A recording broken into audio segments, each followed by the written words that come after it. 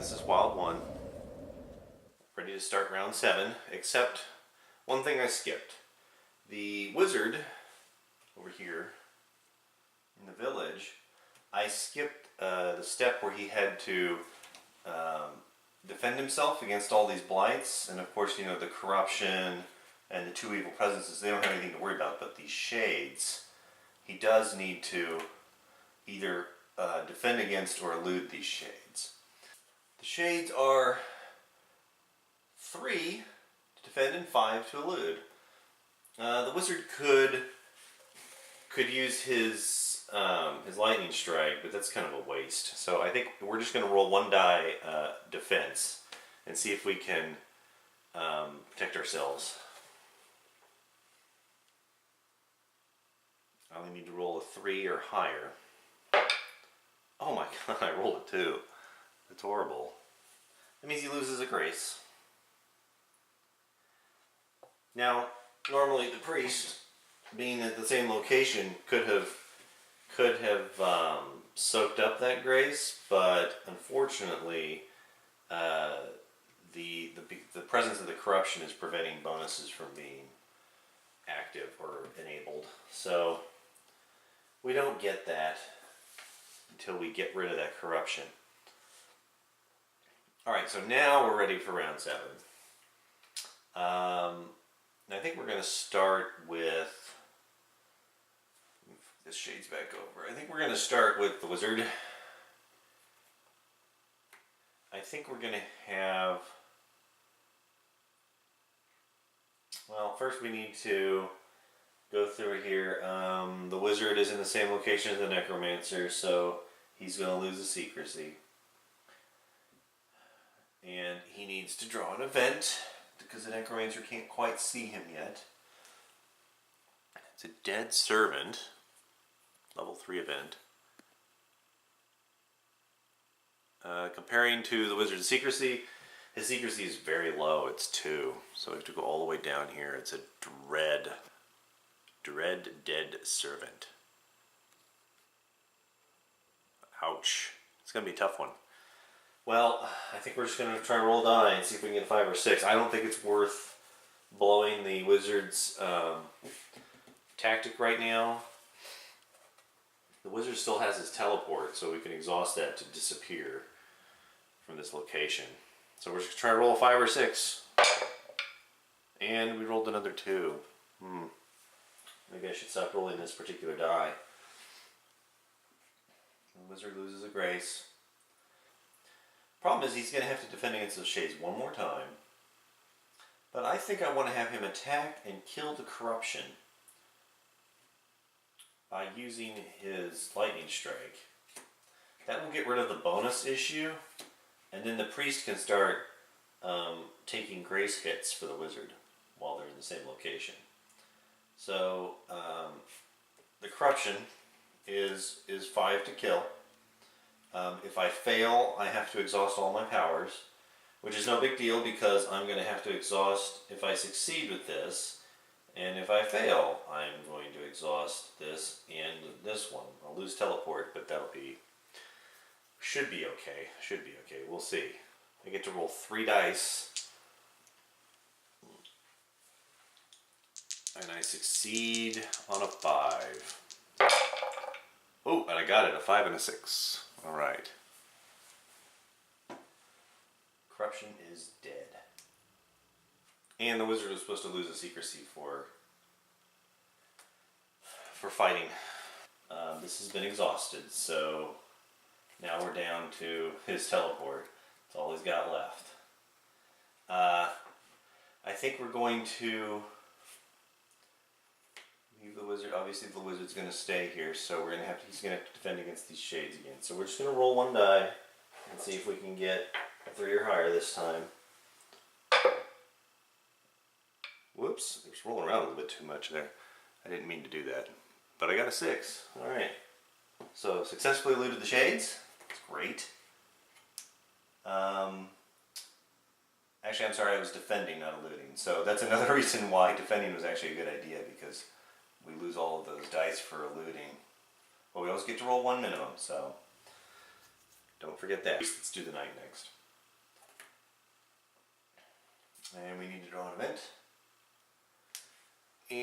got another dead servant. So basically the same as the other one. The knight's secrecy though is 2, so the knight also has to face a dread dead servant. 5 to defend, 5 to elude. Well, I can elude or fight with 2 dice, so either way I'm going to use one of these tactics and use 2 dice. So we're going to, just for the sake of argument, let's elude.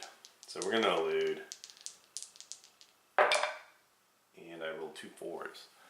That sucks. Alright, so I lose a grace, but the knight is high on grace, that's alright. Put the event away. Let's bring the knight into the middle. That's what we're going to do. We're going to bring her into the fray. Alright, so now she's in the village with everybody else. Now she needs to encounter the shades, which again are 3 to defend, 5 to elude, but we're going to defend with 3. And she gets to, of course, fight with 2 dice. And we got a 5. Alright.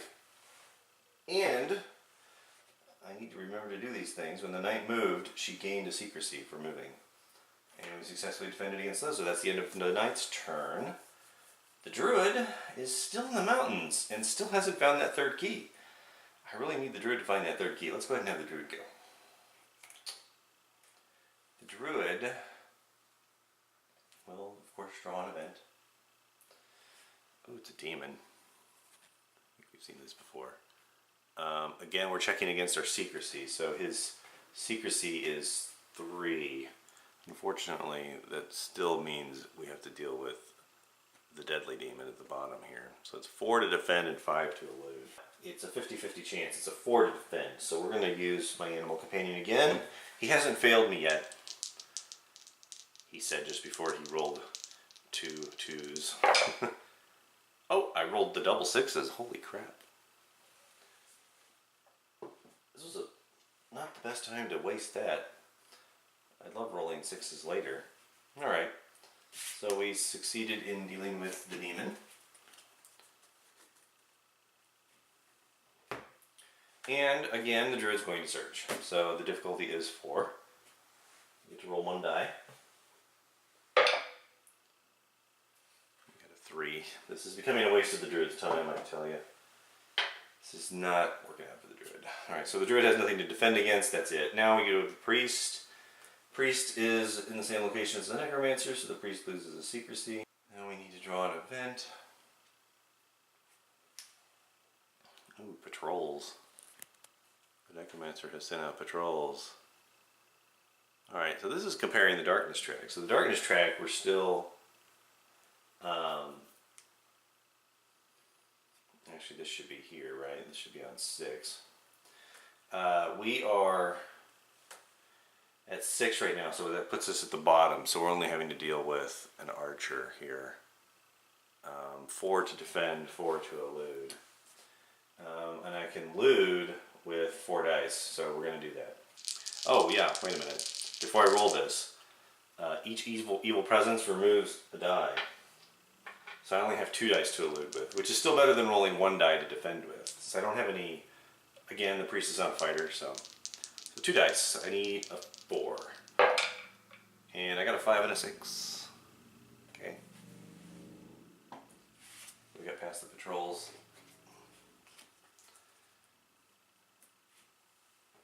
So I think I'm going to use my benediction on the wizard, because the wizard's getting kind of weak. So we're going to use benediction as my action to give the wizard a grace. And that's going to be it for the priest's turn, so we just need to deal with these shades. 3 to defend and 5 to elude.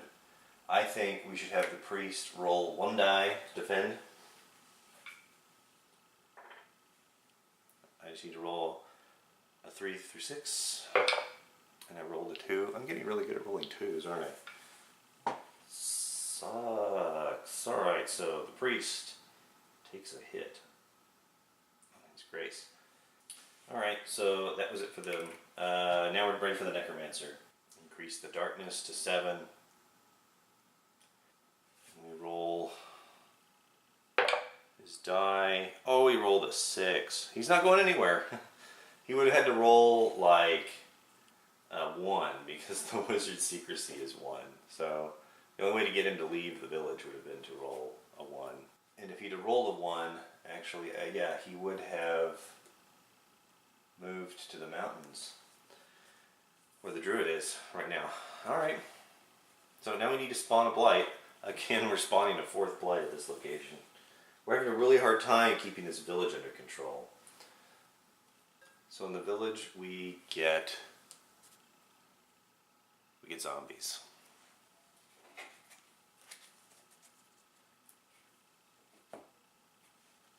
I don't recall if we've seen the zombies yet, but you know, they're really easy to elude, you know, because they aren't fast movers. We're ready for round 8. This is not looking great for our heroes. We've got 3 of the 4 heroes all in the same location. I'm going to do the easy thing first, and we're just going to play the druid here. Evil Day. Exhaust a power or draw 2 more events. Well, how about we exhaust a power? I think if we exhaust the +3 to default grace for tranquility, I don't think that's a big hit on us right now. We still are sort of capped at our original default of 5. So we're going to exhaust the druids.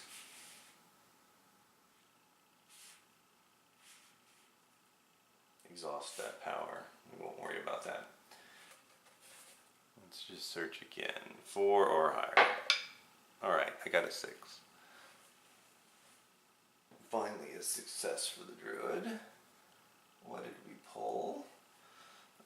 And we pulled a key. There it is, key number 3. Alright, so we're going to grab a 3rd key. I now have 3 keys. I'm in the same location as a relic, but it does require an action to retrieve the relic, to unlock the chest and take the relic from it.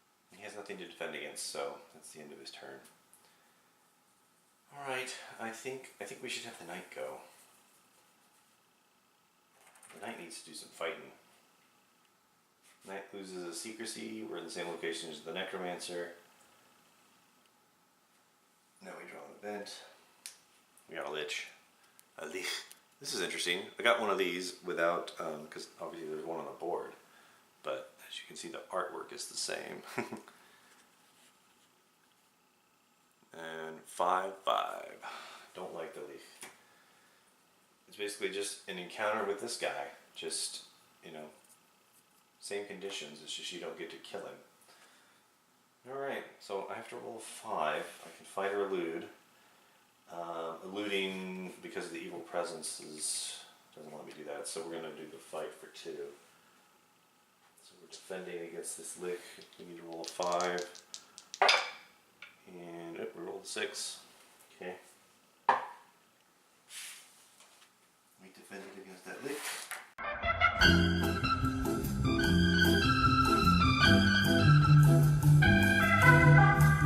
Alright, sorry about that. I had a minor accident when I was trying to put an event card back over there. I tipped the board. So I had to go back and review the video to put everything back in the right place. I think we're all in the right spot now. We had corruption and shades over here and a shroud over here, and of course these 4 things here.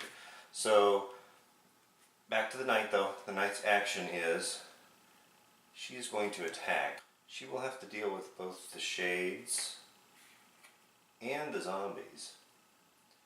They both are 5 to kill, but the evil presence is only 4 to kill. If we fail, we have to draw an event card.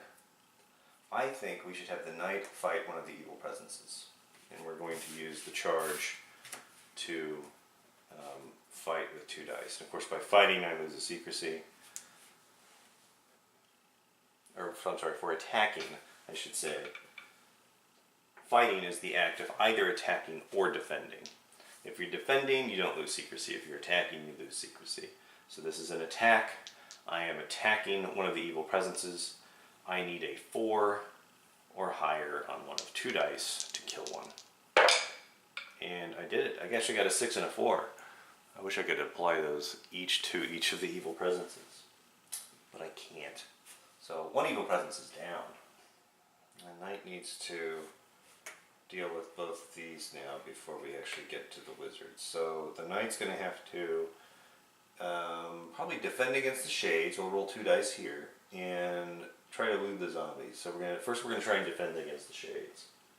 I get to roll 2 dice because of my tactic. And I did barely. Alright, so the shades, I'm successful defending against those. Now I'm going to attempt to elude the zombies because it's only 3 and I rolled a 1. That's really bad. Oh. Die rolls are not in my favor right now, so I lose a grace. Alright, now we're going to have the wizard go. The wizard loses a secrecy. Now, this is the first time we have this situation come up. Somebody is at 0 secrecy in the same location as the Necromancer. Rather than drawing an event, they have to defend against the Necromancer. The Necromancer, as you recall, is 7 to defend against and 6 to elude. The wizard cannot possibly roll a 7, so the wizard is going to attempt to elude and see if the wizard can roll a 6. Oh my god, I rolled a 6, look at that. Lucky, lucky me. Alright, wizard, time to hightail it out of here. I'm going to exhaust my teleport, and I'm going to have the wizard teleport to the monastery. So, blink. The wizard's teleporting into the monastery, gains 2 secrecy, so we'll get the wizard back up to 2.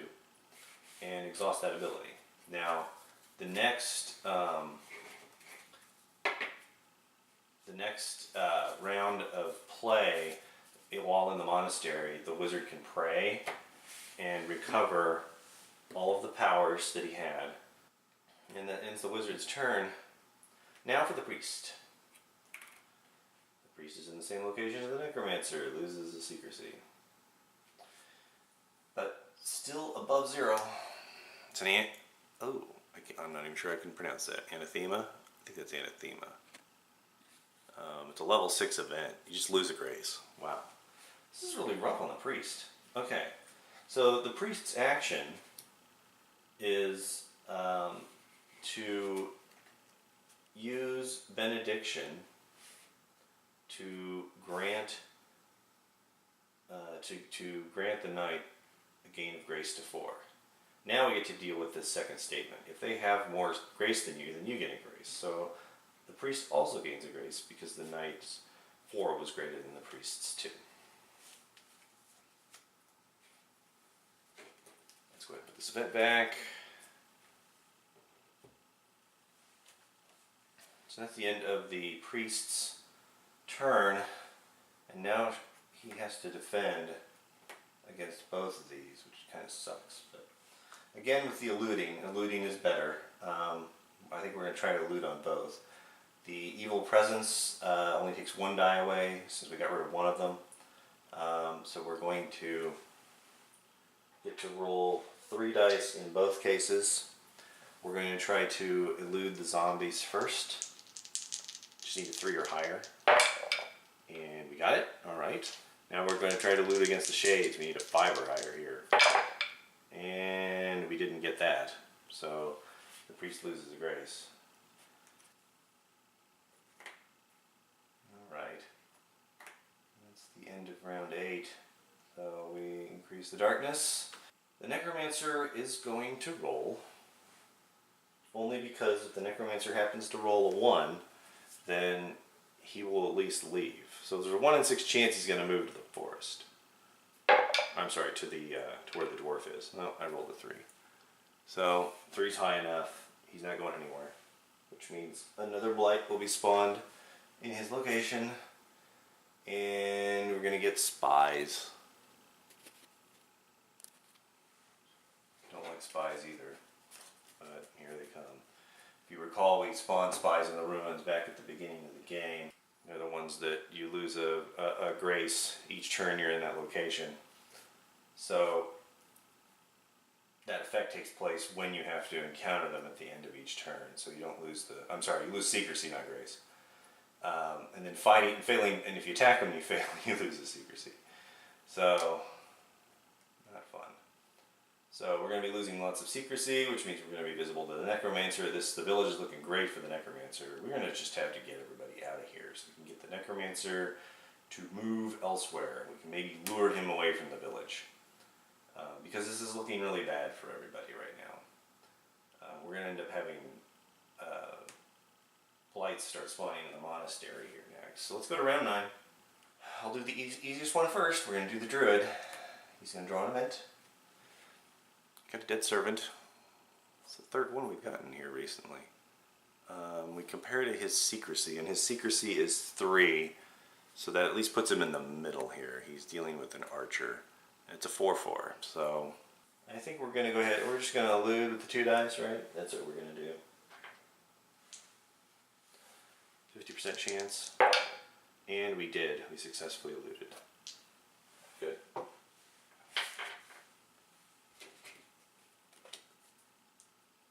Now, what we've all been waiting for. The druid has 3 keys. He needed 3 keys to unlock the chest containing the holy relic. And as for his action, he's going to take the retrieve holy relic action. So we're going to discard these 3 keys from the druid's sheet here. And as a result, we will unlock the chest and retrieve the holy relic.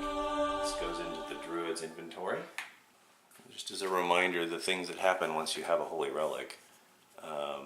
You get to add one to your highest die roll.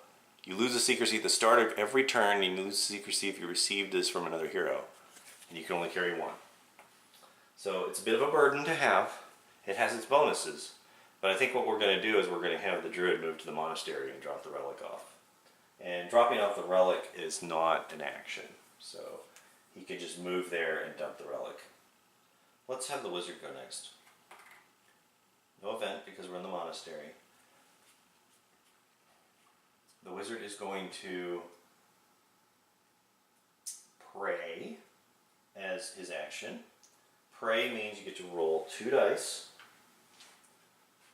And you gain 1 secrecy, and you gain 1 grace up to your default for every 3 or higher that you roll. So a 2 and 3 chance on each die of gaining a grace. Now his default is 3, so I only need 1 success. And I got 1. There's a 6 over there, barely on the side. So the wizard does gain a grace, which is great. And the other wonderful advantage is that he gets to bring back all of his powers. His invisibility, his fiend fire, his lightning strike, and his teleport. They're all available again for him to use, which is great. And the wizard has remained in the monastery for the entire turn. So because of that, you get to gain a secrecy. So the wizard is recovering secrecy here. Looking a little healthier, not far from his default starting point. So he had 3 grace and 5 secrecy when he started. He's at 3 grace and 3 secrecy. So he's looking a little better, a little healthier. It's good. All right, the priest and the knight both are in a really, really bad spot here. I think they need to both get the F out of that location. We need to start luring the necromancer out of the village. Let's do the knight first, and we'll do this. So we're going to lose secrecy because we're in the same location as the necromancer, which means the necromancer sees us, and instead of drawing an event, we have to fight the necromancer. So we're going to elude with 2 dice, but we can't because of the evil presence, so we're just going to elude with 1 die. Since obviously fighting is futile, I can't defend successfully. I gotta roll a 6. And I rolled a 3, so I lose a grace. We're going to move the knight to the castle. And he's going to have to deal with this shroud, which protects other blights. And there are no other blights here yet. So he doesn't have to fight it or anything. So that's the end of the knight's turn.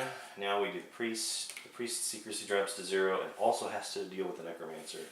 At least with the priest, I get to elude with 4 dice. -1 for the evil presence. So that's 3 dice. I need to roll a 6 on one of these 3 dice. Can I do that? And I didn't. I rolled a 5 and 2 3s. Not good enough. So the priest loses a grace. Now we need the priest to also hightail it out of here. We can have the priest go to the ruins, and because the knight and the priest will both be at 0 secrecy, it's player's choice where the necromancer goes. And I would choose, obviously, to send the necromancer to the castle. I think maybe we should move the priest here to the ruins. And come to think of it, as a result of moving the priest there, the secrecy goes back up to 1. The same is true for the knight. They both are at 1 secrecy.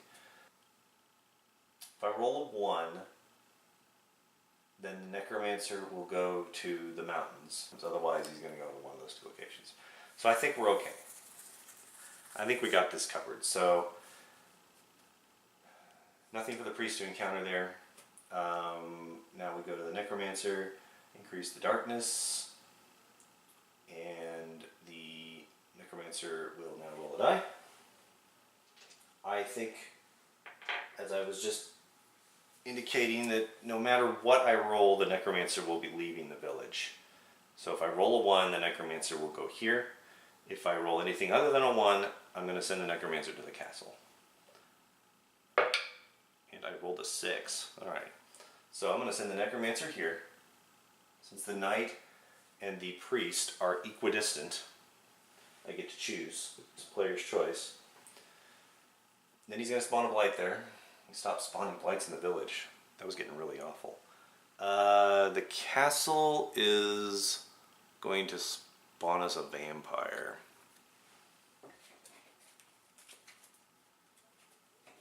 That's him right there. Very creepy fellow. Not a big deal to defend against or elude, but to kill him takes a 6, and very, very tough to kill him. The shroud, however, is protecting the vampire, which means we have to, if we want to kill the vampire, we have to kill the shroud first. So the knight's got her work cut out for her right now. But I think what we're going to do is we're going to start having the necromancer chase us all over the board. That sounds like a kind of a plan. Alright, that's the end of round 9. I've been doing 3 rounds every video. I think we'll just keep up with that pattern. So we'll start with round 10 in the next video. And until then, this is Wild One signing off.